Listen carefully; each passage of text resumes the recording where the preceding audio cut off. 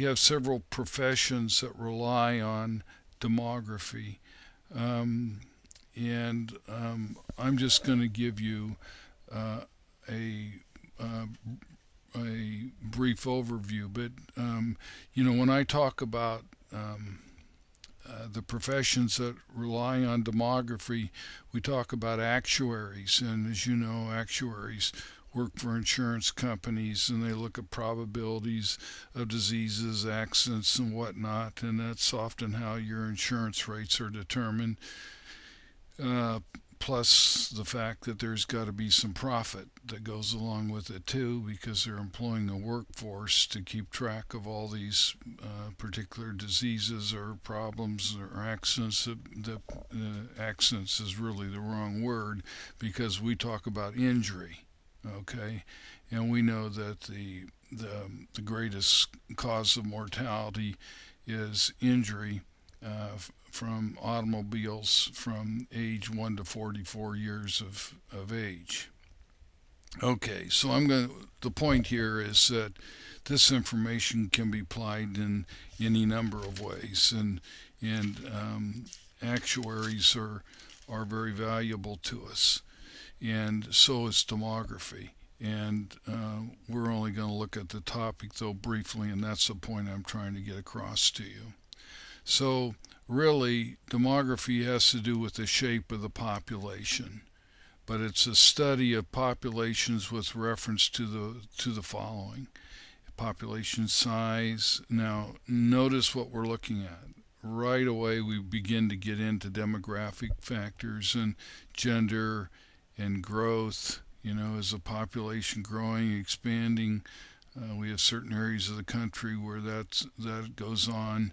Um, More growth than anything else. If you look around, there's something new being built in every city that you approach, and that's because the population clock tells us that we continue to get larger as a country. And then we look at age and distribution and vital statistics, and you know all these terms now. You know about distribution and vital statistics. But the greatest influence on population is mortality, fertility, okay? That's the number of children that are born, and we said it went from 2.1 to 1.9 in the US, in migration. And we have people that are fighting to get into the United States routinely, and they come from every border that we have. All around the U.S. are people trying to enter either legally or according to other means. So um, um, now we noticed just a side point that a study was done right after 9/11, and for 3 months people flew less, and infectious disease was significantly down in comparison to prior years during the same time frame. So we know that migration is a significant factor that has to do not only with the size of the population, but also with the number of new diseases that come into our country. So we have new strains all the time, and we have a strain of TB that's emerged in India that is resistant to all known antibiotics. So we've got a problem there. But I don't want to get too far afield on that. I'm just trying to give you an idea of what demography covers, some of the variables that they're interested in, and then which influences population growth the most. Okay? Now, when we look at demography, the variables that are looked at most often are age and gender. Okay, these are factors that we study and look at and determine their influence or effect. And we have populations that often have different age and gender distributions. For example, if you look at West Lafayette, Indiana, we have a different age and gender distribution than Lafayette, Indiana, or any other community that is not a college town. And we have a different distribution when we look at retirement communities. If you go down to St. Petersburg, Florida, for example, and I'm not picking on them and I'm not making any value judgment about any of this, I'm just reporting information to you that they have a different age and gender distribution. And I want to share that with you and talk about that. Now, we talked about these different distributions when we did SMR direct and indirect. And these are concepts that we just have discussed before, and that's why we make these adjustments, because from demography, we know that every city doesn't have the same distribution in terms of age and gender. Now, when we look at in older community, we recognize, I think it's after age 55, I believe that's correct, that we begin to have, that's the first time that we have more women than men, and that continues. So that changes the distribution. Okay, now, if I was going to ask you to look at this, what type of community is this based on just your perception and your review of this? You can see that we have two divisions. We've got age, right? And then we have gender. And by looking at it, what kind of community do you think this might be? And does it remind you of any particular community that you know of? Well, this is obviously a college community, and this would probably remind you of Purdue. I think the distribution, and I'm not positive, but I think it's 60-40 still in terms of men and women. It's not quite equal yet. So, what are the main variables selected for distribution? You would say age and gender, right? And what do the data indicate? That there are more males between 20 and 24 than females. And near the apex up here, there are more females than males. And 35 to right in here, you see that there are more females than males. And people ask and speculate why, and some of that is men being killed in war, risky jobs, hereditary diseases, etc. Said differently, men are killed due to unintentional injuries, and for other reasons, as the slide indicated that I showed earlier. Research still shows that men are more willing to take risks than women, and it affects life expectancy. And there's other factors that affect life expectancy and longevity as well, but we won't go into this. But my primary point, what is it? That it's divided by age and sex. This is a distribution of a college community. Okay, that's really what I want you to get. Now, these are the distributions of our country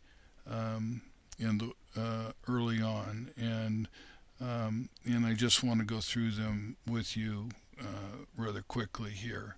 So when we look at the first one, we have a very large base, you can see, and so we have a lot of young people, and then toward the top of the pyramid we have it's much smaller than the base. So we have a lot of people that are dying at a regular rate throughout the years listed here. And this often represents um, um,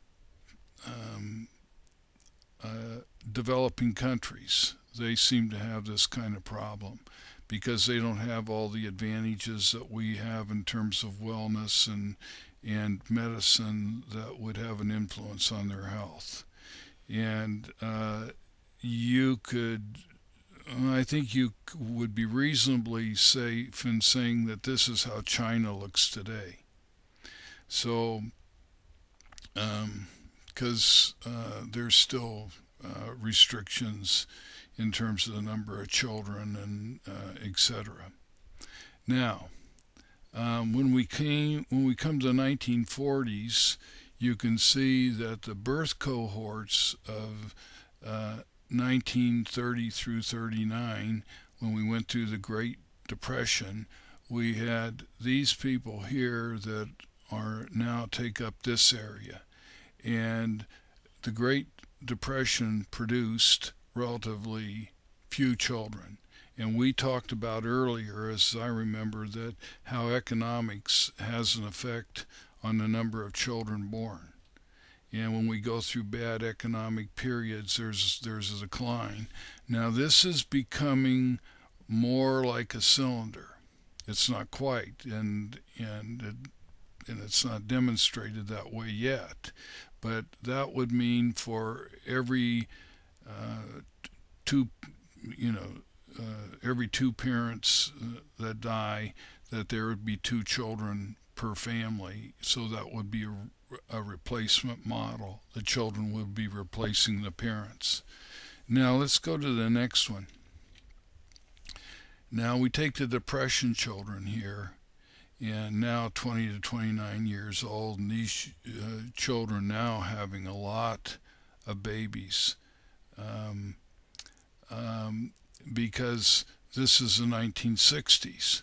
And if you remember, the 1960s were a pretty pleasant period. We had wash machines, and we had a whole lot of appliances, and television, I think, was invented in 1947, and most everybody had a television and a radio, and life was really pretty good. It was Leave It to Beaver, if you remember that show, and the Nelsons. I mean, it was the economy was a good one. So now let's go on to the 1980s and see what was happening there. We had a baby boom, okay, and you see this baby boom that went on, and they talked about the 1980s as the me generation. And so they were really more interested in economic goods and benefiting themselves, and so it was followed by a baby bust. Now, you notice at the top of each one of these distributions, we have more women than men. And this is a trend that's gone on. I don't know whether I pointed that out in the last one or not, but yes, it's occurring here, and yes, it's occurring here even in the 1940s, and definitely in 2000 it is happening as well. So what is the implication if we know that there are more elderly all the time? And we were really worried about Social Security and whether we would have, because there were so many baby boomers, and we wondered whether the current number of children who would be employed would be able to support this group. Actually, this group should have supported itself and did. Money was taken out of the Social Security fund, so it should have never been an issue. But nevertheless, I'm going to give you a real estate tip here. The implication is for a ranch-style house. It doesn't have any steps or anything of that nature, so elderly people can get around easier. But this is what we're seeing in terms of the distribution. And so So, at any rate, I want to go through this distribution, and now we're dividing it between more developed and less developed countries. And which is a replacement model? Well, 2025 is a replacement model. We almost have a perfect cylinder. But notice, in 2025, we still have more females than males at the top of the apex. And women in underdeveloped countries only outlive men by 3 years, whereas in developed countries, women outlive men by 8 years. As the world wealth shift, this trend may change dramatically. Um, so, as I mentioned, the world population may be affected more, and we may see wealth have an influence on these countries similar to those in developed countries. And people say, well, give me an example of a developed country. Well, there's many countries in Europe that would be developed countries. And less developed countries, we would probably talk about certain parts of Malaysia and Africa. So that's will give you some idea. I want to talk about Afghanistan, and this is you can see when this data was derived and being reported, and look at this distribution. As I remember, the longevity is about 40 to 45 years of age. So if you're in your 20s, you'd be middle aged now. But you can see that the pyramid is such that it looks like very much a developing country, also influenced by war. But these data come to us as, October 19th, 2012. So we think everybody in the world lives a long time. That's not the case, and especially in less developed countries, we can point to you and show that many people do not live past their 40s. So this is a serious issue which would fall under the World Health Organization, and this might be of concern as well as population growth, and how can we grow in a systematic way so that the world can survive. But this again looks like America in the 1900s. So what is this? We're talking about 2013. We're talking about 113 years difference in terms of development, in terms of population growth and change. Okay, here's a distribution for China, and I thought this might be of interest to you. And this is a current view. And beginning to rapidly take the shape of a pyramid now. Shows a clear bias toward more males than females in the last 3 decades when the one baby law was invoked. Second babies if girls were killed. The one-child policy in China was put into effect in the 1980s. Throughout history, China has always been an agricultural country. People made their living through farming, and therefore the belief more children, more labor became popular. Since men have always been regarded as having more strength than women, boys have been much preferred over girls. There were many families, especially in countrysides, who kept conceiving children until finally they got a boy. Such beliefs add immensely to population growth. The government believed that controlling the population could increase the average national resources for every person, so that's why they implemented these policies. And the policy was implemented very strictly from 1980 to 2000. Um, so, in talking with one of my Chinese students that's now graduated and gone on to another American school in our country, she verifies all of this. Um, so there's just a whole lot of information about the policies and the influence on the shape of this particular distribution.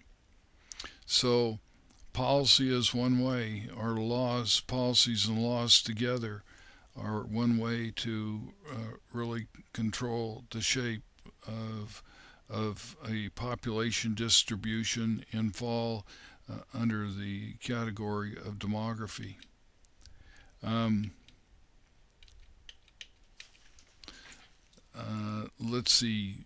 Our next slide has to do with the United States, and you can see our distribution. And it's not quite a cylinder either.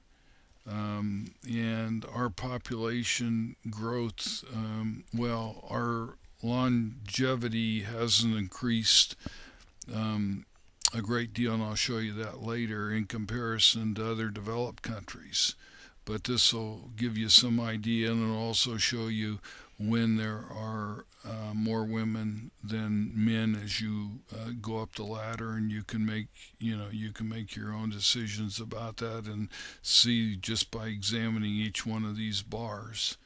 So um, but we're definitely progressing toward a cylinder, our replacement model. But we're small in comparison to China. I think we have the third largest population of the countries in the world. China far exceeds the number of people that we have. Women outnumber men beginning at ages 55 through 59. Starts right there, and the trend continues throughout the remainder of the years. Um, I want to show you this is another type of distribution, and it's applied to something else other than population growth. Um, we look at motor vehicle trauma cases, and the conclusion about the top figure: more trauma for women than men as population ages, but there are more women.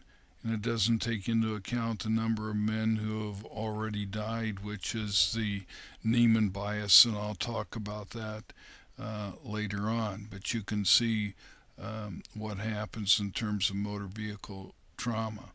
And this is probably something that some of you have experienced already and have noted and seen, and we see where the greatest number of injuries occur in what age group. Motor vehicle trauma cases resulting in death or hospitalization, and you can see in the second figure that this happens far more among men because they're risk takers, and we have going on in operating a motor vehicle. We have a lot more distractions. We've done studies with teenagers, and we find the use of mobile phones and texting and the number of the people in the car leads to distractions, and when you couple all this with what a car symbolizes, that we have, as a result, we have far more deaths among males. And men work in risky occupations. They volunteer for war, as we talked about. And as mentioned before, more women are taking similar occupational positions. Like I was in Chicago and saw a construction engineer who was a female walking on a high beam above the ground on new construction, and it just made me absolutely nervous. But anyway, what we don't want to do is generate stereotypes here.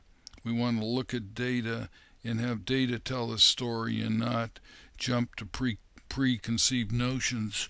Oftentimes, the hypotheses we start with in research are never confirmed. They're far different than what we thought. For example, we used to think that the number one interest would be health, that people would really be interested in health. That's not the case at all. It's about fourth or fifth on the list. They're interested in other things rather than health. I'd like to address the sex ratio, and we know it as a ratio obviously because we have two distinct categories, males and females. In the numerator are males, and in the denominator are females, and it's multiplied by 100.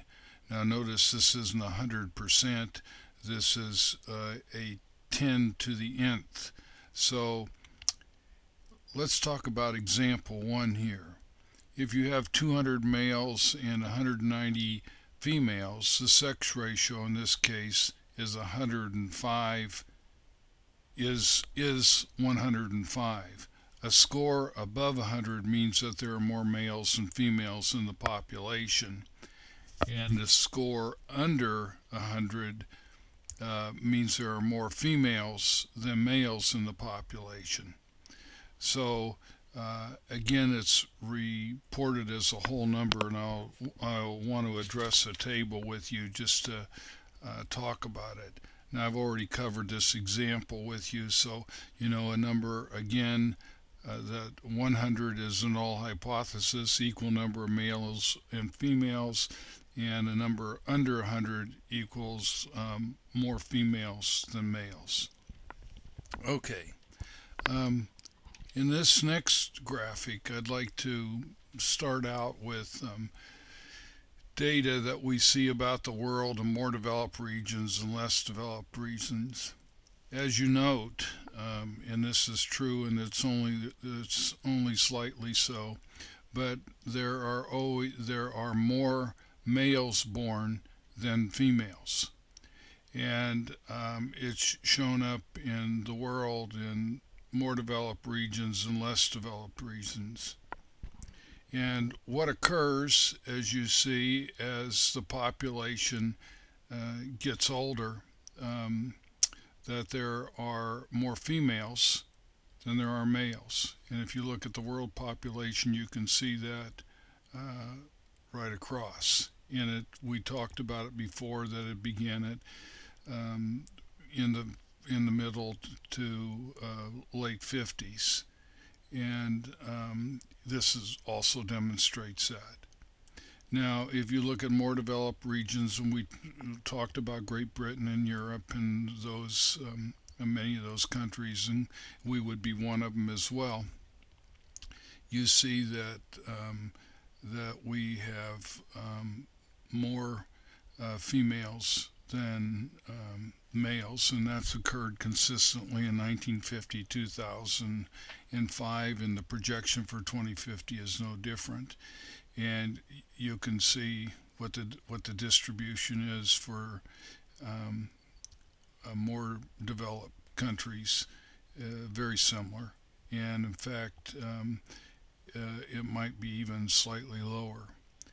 Now it's interesting, in less developed regions of the world, we have more females too, and that the number of females is not as low, and this may be the impact of the fact that generally just more people are dying all the time, and the ratio of men to women is not as dramatic because of the higher death rates amongst people in less developed regions. So that's how you use the sex ratio. And we look at this all the time. We look to see where there's changing. This would indicate that if you're a woman, the likelihood of living alone in later years is pretty great. Um, and you can especially see that based on these projections. So where should you live? And this is more tongue-in-cheek than anything else, and it's from a possible female perspective. If a female would like to live near more males, they should move to less developed countries. If they want to live near fewer males, they would move to more developed countries. And as I say, this is tongue-in-cheek, but it just gives you an idea about a conclusion that, depending on your perspective and history, that you might draw from the data. If males would like to live near more females, they should move to more developed countries. If they want to live near fewer females, they should move to less developed countries. And so you can be thinking about that and see whether that's one of your objectives or not. Sex specific death rate, you can see that we're dealing with a rate because we're dealing with the total of female in the population over the number of deaths of females, and we're doing the same with males, and it's multiplied by 100 as well. Um, um, this provides different information about gender survivability in relationship to the same sex. And I want to show you this data here in just a minute so you understand the graphic of it. Okay, so life expectancy. Um, Life expectancy is the average number of years a person is expected to live. Now, they claim that the human body is designed to live about 120 years, according to research. Now, in biblical times, they talked about people living 1,000 years. So I don't know whether the metrics were the same or not. But we can calculate life expectancy for any age, and we can calculate life expectancy at birth, which refers to the average number of years a newborn baby is most likely to live if current mortality trends persist. Life expectancy at birth is usually greater in more developed countries where infant mortality rates are lower. This is because of a better medical system, better medical care, etc. Now, again, we should be top in this area, but we are not. And I'm going to talk to you about life expectancy too, so comparatively in relationship to other countries, so you can see for yourself. Now, this is a graphic that we got from the U.S. Department of Commerce, and you can see what they're projecting for life expectancy for females and males.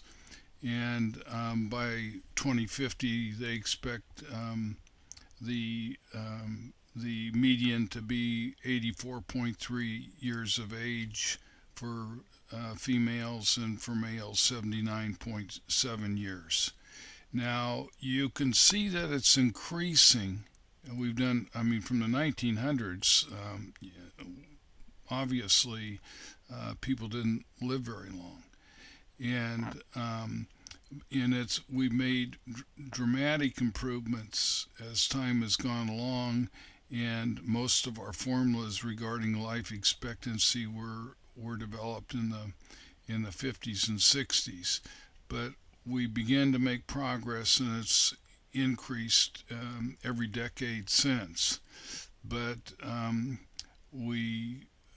and is added different social issues that we have to consider with an aging population, and you may have to consider as you age, and for example, long-term care insurance, whether you'll take that or not, because you may find yourself in a senior's residence home and need extra care if you survive your spouse. And of course, the longer you wait in order to get it, if you can afford it, it costs more. So that's one of the issues. Um, Now, life expectancy at a given age, the average number of additional years a person of age X is likely to live if current mortality trends persist. Um, and life expectancy is really an indicator of a country's wealth and health conditions. So, um, but again, other countries are outdoing us, and we have remained the same. It's not that um, that we're doing worse. We just haven't made the progress that had been expected in terms of life expectancy. Sorry, years of life lost. This is another formula that you hear about in the literature, and I think it's an interesting way to conceptualize things and life, and it has to do with life expectancy at a given age can help you determine potential years of life lost. Now, this formula was developed again in the 50s and 60s, where the lifespan of an individual was about 65 years. And so if you have a person who dies at 20, what what they would do is just simply subtract 65 from 20, and the years of life lost would be 45. Um, you can see that it was a statistic that was excellent to use with infants, but not with elderly people. And we have people that live beyond 65, and let's say they die at 70. Well, this formula wouldn't apply. Well, what they've done is they've made adjustments in the formula to compensate for the population that they're working with. So that is done and seen. Okay, this is a life expectancy table at any given age, and you can see across the board the the life expectancy um, at between 17 and 18 is 61.9. Now, that means that you add the 61.9 to the 17 or 18, okay? And that'll give you the total years they would live. And if you go through, you can see that um, you follow the same method of calculating length of life or life expectancy for each one of these. So as you get older, you expect that you're going to have fewer years to live. Now the table continues, and we talk about at age 65 and 66 that you have the chance to become a teenager. So if you make it to 65, this is how it's said, that you will potentially have on median about 18.8 years to live past 65. So that's why the phrase is used, oh, somebody gets the opportunity to become a teenager. And this is how insurance companies set life insurance, because they think you're going to live till 84 or 85, and then they usually drop coverage after that age because they know there's too great a certainty of having to pay off the policy. So you can see that the 66 plus the 18.8 is 84.8, and if you make it to 80, for example, where's 80? You're going to have another 8.9 years, so you'll live to be 89.5. If you make it to 86, you have another 6.4 years, or you'll be 92. If you happen to reach 90, you can expect another 4.5 years, and or another 94.8 years, excuse me, and you'd expect to live to 94.8. So probability declines in later years about the number of additional years you will live. So knowing this information, I think, is very helpful in terms of those of you who are goal setters and really want to plan the rest of your life. Depending on your beliefs and whatnot, you might want to change behaviors or do things differently, knowing that on median you have this many years left if you make it to 65. So, for example, you might want to spend more time traveling. You want to spend more time with the grandchildren, etc. Downsize your home, buy a ranch-style house. I'm just giving you some ideas. And then you can see for 100 and over what you can expect is a very short time frame that they're expecting you to live. Now, when we talk about median, there's great variation. So we might have a person that makes it to 65 or 66 that will live 25 years. But this is the median value that you can expect. So you can think, well, I have a pretty good chance if I make it to 65 to at least live another 20 years. Maybe I'll make it to 85. So that's what our tables are good for planning and maybe intervention purposes and the protection of health and things of that nature. Now, I want to show you. I was going to ask you to guess this, and what you note in looking at this figure very carefully is the first thing that worldwide, clearly, females outlive men in the countries displayed in this figure, and that's the first thing that you will note. Another fact is that other countries are making greater strides in the area of longevity, while America loses ground or remains the same. American women live 5.2 years longer than American men. That's another thing we note. And we see where we are. I want to show you here where Americans, here's United States, okay? And you can see how far from the top we are.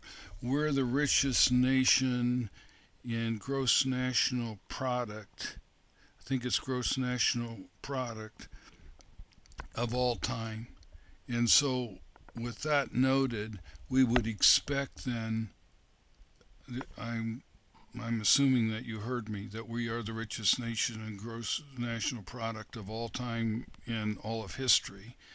Then if that's the case, you would think that we would be at the top of this table. Now, I want you to notice the other countries that are above us. Chile, which is, and look where Cuba is. Cuba's not far behind. Costa Rica, Ireland, you can go right up, and often the Scandinavian countries do quite well. Now, you can see it all the way through. And the people who live still retain the top position are the Japanese. Now it's interesting that when the Japanese moved to Hawaii or California, their life expectancy becomes similar to ours, and that's fascinating. And just we've always thought that maybe it's related to our diet, and jokingly it's been said that the easiest way to conquer the world and take over another country would be to export our fast food, because we think we have a high fat diet, as you saw before, and there's and very unhealthy for us, and we don't eat enough fruits and vegetables or foods that are quality foods and have less calories. Now, um, interestingly, um, Canadians live longer than we do. And as I mentioned, the Japanese live the longest. And if you go down this list, we are 27th. We are 27th. We're nowhere near close to one. So, um, so again, we are the richest country in the world in terms of gross national income, and seventh in terms of gross national product. We don't produce and export much anymore. We're a service nation. But even with that information that I've just provided you, we would expect our longevity to be higher because of our wealth. We would expect that more of the population would receive health care and that we would live longer than what we do. So I just think this data is extremely interesting, and hopefully it'll be helpful to you and useful to you in terms of your own planning. Now, demographic information for every city in America is available through this website, and I encourage you um, to go to that website and type in your city, and I think it'll be very interesting and a lot of fun for you to see. You know, you might go to your birthplace, or you might go to your current residence, or you might go to where you grew up, or where your grandparents live, or whatnot. But it'll provide you with many insights that we don't have time to cover here.